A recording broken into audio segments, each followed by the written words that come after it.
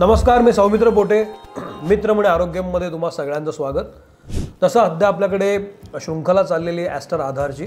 कोल्हापुरातलं नामांकित हॉस्पिटल आहे, ते सुपर स्पेशालिटी हॉस्पिटल आहे. आणि आज महत्त्वाचा विषय घेऊन आलो. जनरली त्या विषयावर मी कधी बोललो नव्हतो किंवा आमच्या मित्र म्हणजे आरोग्यावर तो कधी विषय आला नव्हता. तो विषय आहे सर्जिकल गॅस्ट्रोइंटेस्टाईन. तर त्याबद्दल बोलण्यासाठी माझ्याकडे आज डॉक्टर राहुल आहेत. तुमचं मी मनपूर्वक स्वागत करतो. डॉक्टर, कुठलेही आजार असतात वो पेट से चालू होते हैं. हाँ, it has spread across the body but patient is completely fine. No symptoms. Basically it is a autoimmune chronic inflammation of intestine म्हणून सांगतो. म्हणजे काय होतंय? म्हणजे दॅट इज थिंग. आजकालचे एरामध्ये we don't know what diseases are running sometimes. True. And looking at the statistics across India, prevalence and incidence varies from region to region. The use of AI and robotic surgery, which has come into a very big way now. अच्छा.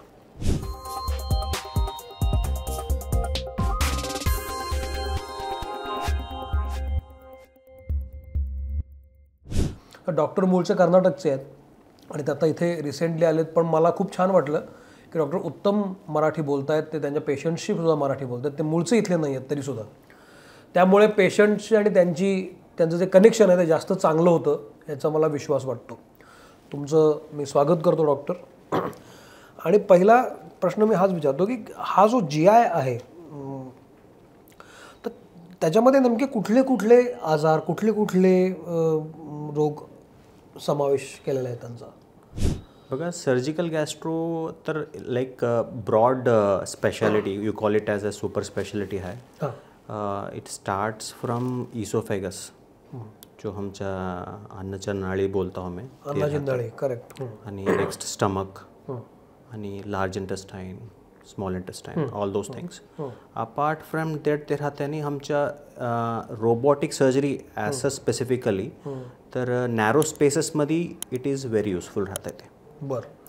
Like HPB, hepato pancreato biliary, liver, स्वादुपिंड आणि gall bladder, बाईल duct, तसले कॅन्सरचे आजार जो राहतात त्यांच्यामध्ये yes रोबोटिकनं the precision लई मतलब तुम्ही सांगा की मॅग्निफिकेशन ते जास्ती राहते आणि smaller because it is a very narrow space राहते. Hardly around 1 to 2 centimetres region म्हणून बोलू शकतो आम्ही. अरे बापरे.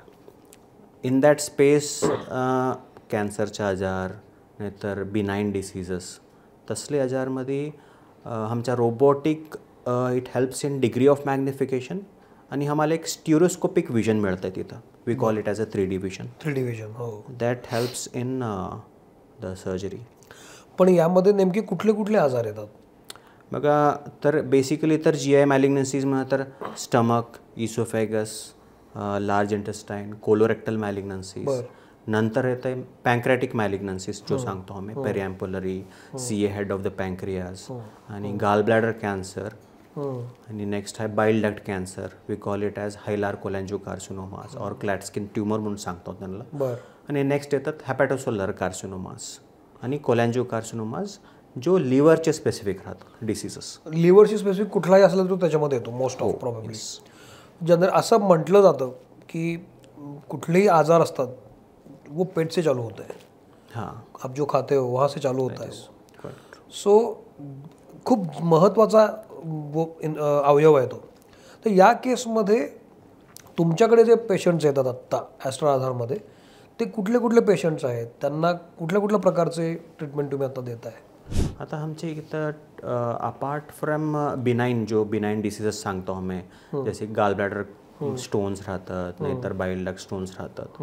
अपार्ट फ्रॉम दॅट इथं हमें malignancies like liver malignancies for resection, all those things will take care. But already existing, we are running the department with including complex cases भी करलेलं आहे तिथं. बरं. आता if I give you example, I had one patient of sarcoma of the leg, एक cancer, पायाचा cancer आहे त्याला. बरं. Patient underwent surgery around 2017-18. Then he came with lung metastasis. त्याला oncosurgeon they have resected that tumour. After 2 to 3 years he came to me with liver metastasis. ते लिव्हरला बी spread झालेलं होतं. Then we got a PET scan to rule out दुसरे बॉडीला spread झालं का नाही बघाल. It was only restricted to the liver and we did liver resection. तर जो रिसेक्शन होता ते that is one of the difficult surgeries we call it in liver surgery like segment 6-7 resection म्हणून सांगतो आम्ही. That we had done it here in Kolhapur and in our centre. And patient is doing fine. आता याच्यामध्ये generally किती patients असतात, म्हणजे प्रमाण किती आहे? प्रमाण basically you're asking about the incidence and prevalence जो आम्ही मेडिकल टर्मिनॉलॉजी मध्ये सांगतो. इन्सिडेंस बघा, इन्सिडेंस आणि प्रिव्हलन्स दोन्ही डिफरंट कॉन्सेप्ट्स राहतात. Basically prevalence is running in the existing diseases like आता पेशंटला सिरोसिस राहत आहे and they have background liver cirrhosis. तसले पेशंटांमध्ये there is high chances of malignancies. जो हॅपॅटोसेल्युलर कॅन्सर सांगतो ते लई जास्त राहते. Around 10 to 15% of the cirrhotic लिव्हर्समध्ये दे विल हॅव कॅन्सर्स. असं. And looking at the statistics across India, prevalence and incidence varies from region to region. आता तुम्ही HPV malignancy especially carcinoma of gall bladder म्हणून सांगतो. That prevalence is very less in southern India. But its prevalence is quite high in northern India, Punjab, Haryana, Delhi, and the western part of Uttar Pradesh and a few parts of the Bihar. जो carcinoma of gallbladder सांगतो. आणि similarly, if you come to southern India, because of consumption of tobacco, esophagus cancer आणि oral cancers ते लय अधिक प्रमाण. पण तुमच्याकडे आता जे पेशंट येतात त्यांच्यामध्ये कुठलं जास्त प्रमाण आहे, काय होण्याचं प्रमाण जास्त आणि कशामुळे होतं ते? उनको आता है जॉन्डिस. जो कैंसर रहता है वो ऑब्स्ट्रक्ट कर देता है बाइल डक्ट को, जो हमें पित्त की नली में बोल कहते हैं. वो ब्लॉक कर देता है, पेशेंट जॉन्डिस आता है और they will not sleep in the night. Continuous itch होते रहता है बॉडी भर. और हाई कलर्ड यूरिन रहता है उन पेशेंट्स को. They will present like that. And apart from luminal malignancies जो बोलते हैं हम, जैसे ईसोफेगस कार्सिनोमा, तो उनको आता है खाने में तकलीफ. They feel that something is stuck in their chest. वैसे आता है. और स्टमक कार्सिनोमा बोलते हैं, they will have blood in vomiting. उसको हमें बिकॉज ऑफ द कैंसर. वो जो लीजन जो रहता है वो बढ़ते जाता है. वो बढ़ते जाता है and it takes blood supply from the adjacent tissue and it will open up and will start bleeding. और वो सीने में ऐसा क्यों होता है? सीने में क्यों होता है? Our oesophagus is a hollow organ. वहाँ पे कुछ भी ब्लॉक हो गया तो आपको डिफ़िकल्टी आएगा बिकॉज ऑफ द पेरिस्टालसिस जो रहता है हमारा मूवमेंट, वो हॉल्ट हो जाता है and patient will have something stuck in their chest और एपिगैस्ट्रिक रीजन. तो जो एज लिमिट होता है वो किस एज में ये होता है या ऐसा कुछ नहीं है? नहीं कभी भी कुछ भी हो सकता है.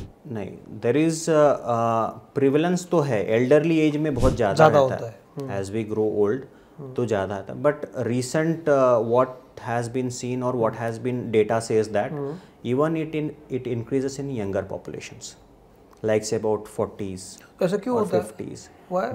Because of the some genetic mutation that happens, sporadic genetic mutation हम जो कहते हैं. Apart from that, our dietary habits, because of increased consumption of spicy thing or patient packed food जो रहते हैं और जिसमें बहुत सारे प्रिजर्वेटिव्स रहते हैं which are numbered, they have not been disclose like what are those preservatives. And for the taste what we use, जो टेस्ट एनहांसर्स जो रहते हैं, they doesn't have their generic name. It is only the number which is available on the packet. उससे पण तुमच्याकडे असा कुठला younger patient आलेला सांगाल तुम्ही, एखादा केस स्टडी कुछ भी ऐसा बघटले तर when I was doing my this one fellowship, I have seen a girl about 20 to 25-year-old. She walked in the OPD. She was completely fine. She used to work in the airport. We thought she came with some reports, all the reports, and she told I have some pain abdomen. सांगितले patient. Then she gave us all PET scan everything. तर patient completely fine. No symptoms, just pain abdomen. अच्छा. Mild pain abdomen. She was evaluated, सगळा बाहेर त्यांनी करून आलते. Then we saw the PET scan. PET स्कॅनमध्ये metastasis, मतलब it has spread across the body, but patient is completely fine, no symptoms. कैसे? Because that's how they present. किंवा तो थोडे आजार राहतात, काहीतरी होत असेल. कळणार ते, कळणार नाही. Will not get to know until they have advanced. अच्छा. स्पेशली हम अब जब बोलते हैं कि हेपेटो पैंक्रेटियो बिलियरी मैलिग्नेंसीज रहते हैं, patient will be all fine. One fine day they will develop mild pain abdomen, and in few days उनको आ जाता है जॉन्डिस. अच्छा. काविल आ जाता है, and they will present. By that time it is too late. लेकिन उस बंदी ने तो पूरे टेस्ट किए थे, तो आपने से कौन से टेस्ट किए जो आपको पता चल गया क्या हुआ है? उन्होंने ऑलरेडी पेट स्कैन करके लेकर, उसमें था वो. Oh. It was spread across the body and we could not do much. Oh. Because when it is spread across the body, there is no amount of medication or chemotherapy or radiotherapy is of much useful. अच्छा. ॲस्ट्रा आधारमध्ये जे लोक येतात, ॲस्ट्रा आधारमध्ये ज्या cases होतात त्याच्यामध्ये एखादी अशी केस सांगू शकाल की जी खूप क्रिटिकल होती आणि you treated it very well? Critical तर बघा तर बिनाईन डिसीजमध्ये येतात भरपूर. म्हणजे कुठला असतो डिसीज हा?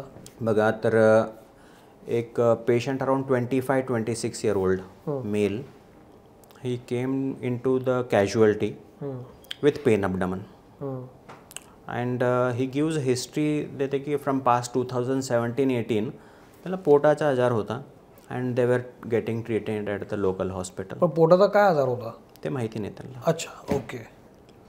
then we got CT scan, all lab investigation सगळा केल्यानंतर पेशंटला होता परफोरेशन, पेरिटोनायटिस, मतलब अंतडी फुटून पोटात पुरा घाण पाणी जमलेलं. देन त्रास काय होत होता?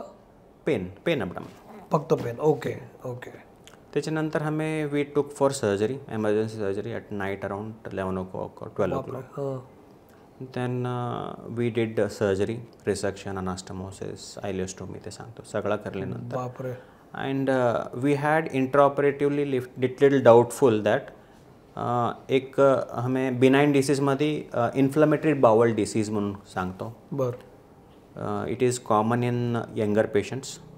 काय होतं त्याच्यामध्ये? Basically it is a autoimmune chronic inflammation of intestine म्हणून सांगतो. म्हणजे काय होतं? म्हणजे दॅट इज थिंग.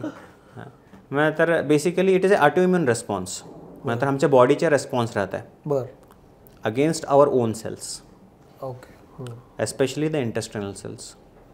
अच्छा. ओके. तर ते इंटेस्टाईनच्या जो अब्झॉर्प्शन जो कॅपॅसिटी राहते ते गेलेलं राहत आहे. अच्छा. ओके. आणि next patient will have loss of appetite. अच्छा. Not increasing the weight. Patient will have diarrhoea और कॉन्स्टिपेशन. ते होत राहते ते पेशंटला. And it is a very long standing राहते, like it is running around 3-4-5 years and they will not know that is there inside. मग तर ते patient then we have operated, we have done all necessary, and patient post operative little hiccups and he came out well. Very good. He recovered well. आणि हमें जो तपासणीला पाठलो होतो जो रिसेक्ट करून त्याच्यामध्ये आला की कुड बी डाऊटफुल क्रॉन्स डिसीज म्हणून सांगतो. It is a part of inflammatory bowel disease. बरं. Crohn's disease. बरं.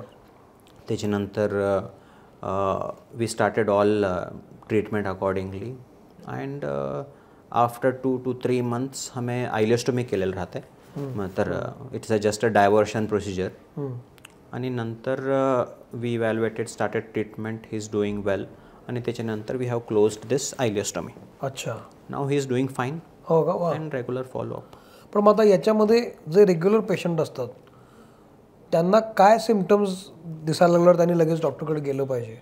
असं काय असतं का? म्हणजे आतड्याशी काहीतरी संबंधित असेल किंवा काही पोटाशी असेल, आणि असं काय सिम्पटम्स असतात की जे व्हायला लागले तर तुम्ही दुर्लक्ष करू नका, येस, डॉक्टरकडे जा? काय सांगाल तुम्ही? फर्स्ट सिम्पटम तर बघा एक आहे वेट लॉस. अच्छा. अनएक्सपेक्टेड पेशंटला थोडा बी वेट लॉस झाला, अशक्तपण वाटला तर get a immediate consultation and evaluate करून घ्या. बरं. बिकॉज आजकालचे एरामध्ये we don't know what diseases are running sometimes. True. And apart from that, jaundice आला तर लगेच get it tested by basic ultrasonography and lab test. आणि का पेशंटला जसं कोलोरेक्टल मॅलिग्नन्सी सांगतो आम्ही, बर पेशंट त्यांना अनिमिया राहत आहे, अच्छा अनिमिया होतो, अनिमिया होतो आहे, but they will not know that. त्यांना काय वाटतंय, अशक्त पण वाटतंय त्यांना. अच्छा त्यांना काही बाकी सिम्पटम नसतात का नाही राहणार, अशक्त पण वाटतंय. त्यांनी थोडा एक 100 मीटर्स 200 मीटर्स चलल्यानंतर they feel breathless. Get it consult. बर. अँड नेक्स्ट राहते की संडास काळा व्हायचा, बर ब्लॅकिश कलरेशन ऑफ स्टूल्स. बर. देन यू नीड टू म्हणजे काही तुम्हाला रेग्युलर हे ॲबनॉर्मल दिसायला अबनॉर्मल दिसला तर get it evaluated, that is better. आधारमध्ये ॲस्ट्रा आधारमध्ये गॅस्ट्रोशी संबंधित तुम्ही जे मला सगळे सांगताय त्याबद्दल आता सर्व प्रकारचा इलाज आपल्याकडे होतं. हो सगळं at a one roof. Yes. गॅस्ट्रोबद्दल काय सांगाल? म्हणजे हा जो आहे स्पेशली गॅस्ट्रोमुळं खूप लोकांची तब्येती बिघडत असतात, प्रॉब्लेम येत असतात. आता सध्या गॅस्ट्रोचं प्रमाण किती आहे लोकांना होण्याचं? सर्जिकल त्याच्यामध्ये 2 आहेत ॲक्च्युअली कॅटेगरी. एक आहे सर्जिकल पार्ट बर and one is medical part. बर. आता 80 to 90% ऑफ पेशंटला GERD सिम्टम्स तर लई कॉमन आहे बिकॉज ऑफ अवर डाएट. हां आम्ही तेल तिखट खायच्या, हो. ऑल ते दोज. सिम्टम्स काय असतात? बर्पिंग, अच्छा एपिगॅस्ट्रिक बर्निंग सेन्सेशन, करेक्ट.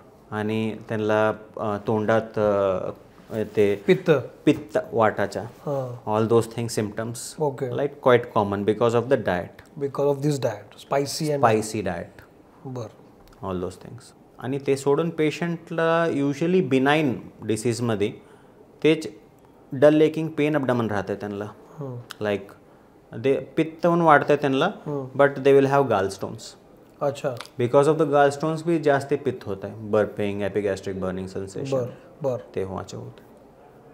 आणि एक नेक्स्ट आहे क्रॉनिक पँक्रेटायटिस, व्हॉट वी कॉल, म्हणजे स्वादुपिंडमध्ये खडे होतात. अच्छा त्यातही खडे होतात का? हां, स्वादुपिंडमध्ये बी खडे होतात. बर. One is ethanol injection. Next is हमें काय सांगतो की ट्रॉपिकल पँक्रेटायटिस और hereditary pancreatitis. It is common, म्हणजे तर ते जेनेटिक म्युटेशन होईल राहते त्यांना. बर. And the patient is around young 20-25 एजमध्ये राहतात.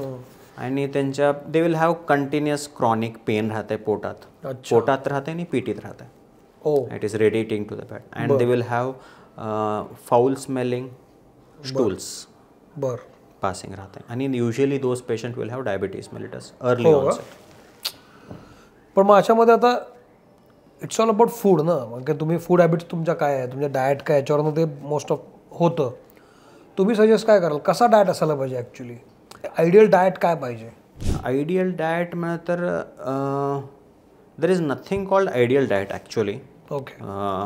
It is basically the component जो राहतात हमें according to our necessity we have to keep in the diet, like carbohydrate, proteins आणि फॅट्स, व्हॉट वी कॉल.